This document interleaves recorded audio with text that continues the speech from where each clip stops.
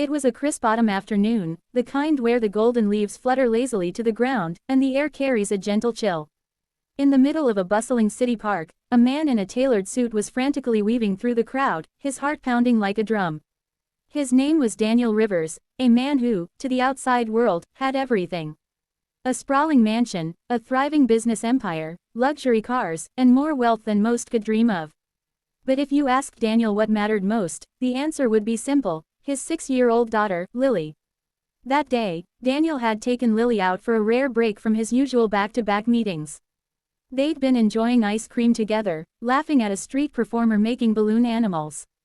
But in a split second, while Daniel glanced at his phone to take an urgent business call, Lily had wandered off. It wasn't unusual, she was a curious little girl, but when Daniel looked up and couldn't spot her bright yellow jacket, his chest tightened with panic. He called her name loudly, scanning the crowd. Dozens of faces passed him, strangers chatting, couples walking hand in hand, children playing. But none of them were Lily. The seconds dragged into minutes, each one amplifying the dread in his stomach. His hands began to shake, and sweat beaded at his temples despite the cool air. Then, through the sea of people, Daniel saw her. Lily was standing near the fountain at the center of the park, holding the hand of a woman Daniel didn't recognize. She looked safe, calm, even, but his protective instincts surged. He rushed toward them, his voice trembling. "Lily." Lily turned, her face lighting up. "Daddy," she squealed, running into his arms. He scooped her up, holding her tight against his chest as relief washed over him in waves. Only then did he look at the woman who had been with his daughter. She wasn't dressed like someone who lived in his circles. Her clothes were modest, slightly worn but clean, and she carried a small canvas tote bag slung over her shoulder. Her hair was pulled back in a simple bun, and there was a softness in her eyes, a kindness that caught Daniel off guard. "I'm so sorry," Daniel began, his voice still unsteady. "I looked away for just a moment, thank you for keeping her safe." The woman gave a small smile. She was near the fountain, looking around like she was searching for someone. "I stayed with her so she wouldn't get scared." Daniel nodded, grateful, but something about her lingered in his mind. Just as he was about to ask her name, she stepped a little closer and leaned in slightly, her voice dropping to a whisper so soft he almost thought he imagined it. "She looks just like her mother," she said. Daniel froze. His grip on Lily instinctively tightened. Those words pierced through him like a sudden chill. It had been 3 years since his wife, Emily, had passed away in a tragic car accident. Lily had been only 3 at the time. Daniel rarely spoke about Emily to strangers, he kept those memories close, too fragile to share with the world. His eyes locked on the woman's, searching for meaning. "I'm sorry, do we know each other?" he asked cautiously. The woman's gaze dropped briefly before meeting his again. "No, but I knew Emily. Years ago, before you married her." The park seemed to fade into silence around them. The chatter, the footsteps, the distant sound of a busker's guitar, all of it dimmed under the weight of her words. Daniel's mind raced. Who was this woman? She explained softly, "We went to the same volunteer group back in college." She was unforgettable. She talked about her dreams, her love for helping people. And, her eyes flicked to Lily, she always said she hoped to have a little girl with her smile. "I saw your daughter, and I just knew." Daniel's throat tightened. Emily had said those exact words to him once, on a quiet evening before Lily was born.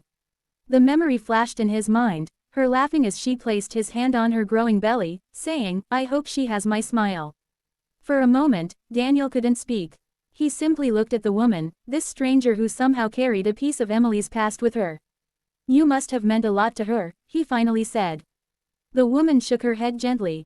"She meant a lot to me. She made me believe I could be more than I was.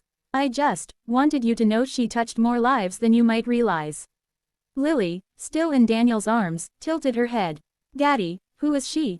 Daniel smiled faintly, brushing a hand over his daughter's hair. "Someone who knew your mommy a long time ago," he said softly. The woman glanced at her watch and gave a small nod. "I should go. I'm just glad I could help." As she turned to leave, Daniel felt a sudden pull in his chest. "Wait, at least tell me your name," he called. She hesitated, then looked back with a small smile. "Anna," and then she walked away, disappearing into the crowd like a leaf carried by the wind. Daniel stood there for a moment, Lily's small arms wrapped around his neck. He couldn't shake the feeling that fate had intervened that day, that losing sight of Lily had led him to a moment he didn't know he needed. Later that evening, after tucking Lily into bed, Daniel sat alone in the living room, the quiet hum of the city outside his window. He thought about Anna's words, about Emily's dreams, and about the unexpected way life sometimes circles back to remind us of what matters most. He realized something he hadn't allowed himself to feel in a long time: gratitude. Gratitude that someone out there still carried memories of Emily. Gratitude that Lily had been safe. Gratitude for the reminder that love, true love, leaves ripples in the world long after a person is gone. And as he closed his eyes, he could almost hear Emily's laughter again, soft and warm, telling him that he was doing just fine. The next morning, Daniel made a quiet promise to himself. He would be more present. No more letting business calls steal moments from his daughter. Life was too short to miss the important things: the way Lily's eyes lit up when she told a story, the way she giggled when he made pancakes, the way she reminded him so much of Emily. Somewhere in the city, Anna walked along a quiet street, the late afternoon sun casting long shadows. She thought of the look in Daniel's eyes when she spoke of Emily. She hadn't planned to say anything, she'd simply wanted to make sure the little girl found her father. But when she saw Lily's smile, it was as if the past had whispered to her, urging her to speak. She didn't know if she'd ever see them again, but she felt a quiet peace. Emily's legacy wasn't just in the memories they shared, it was in the kindness that lived on through the people she had touched. And now, that kindness had found its way back to the people Emily loved most. In the end, it wasn't just a story about a lost child or a chance encounter.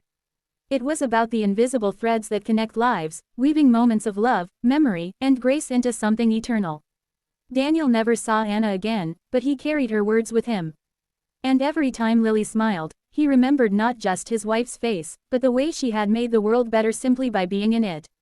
That memory became his compass, guiding him through the chaos of life and reminding him that sometimes, the most unexpected meetings can leave the deepest mark on the heart.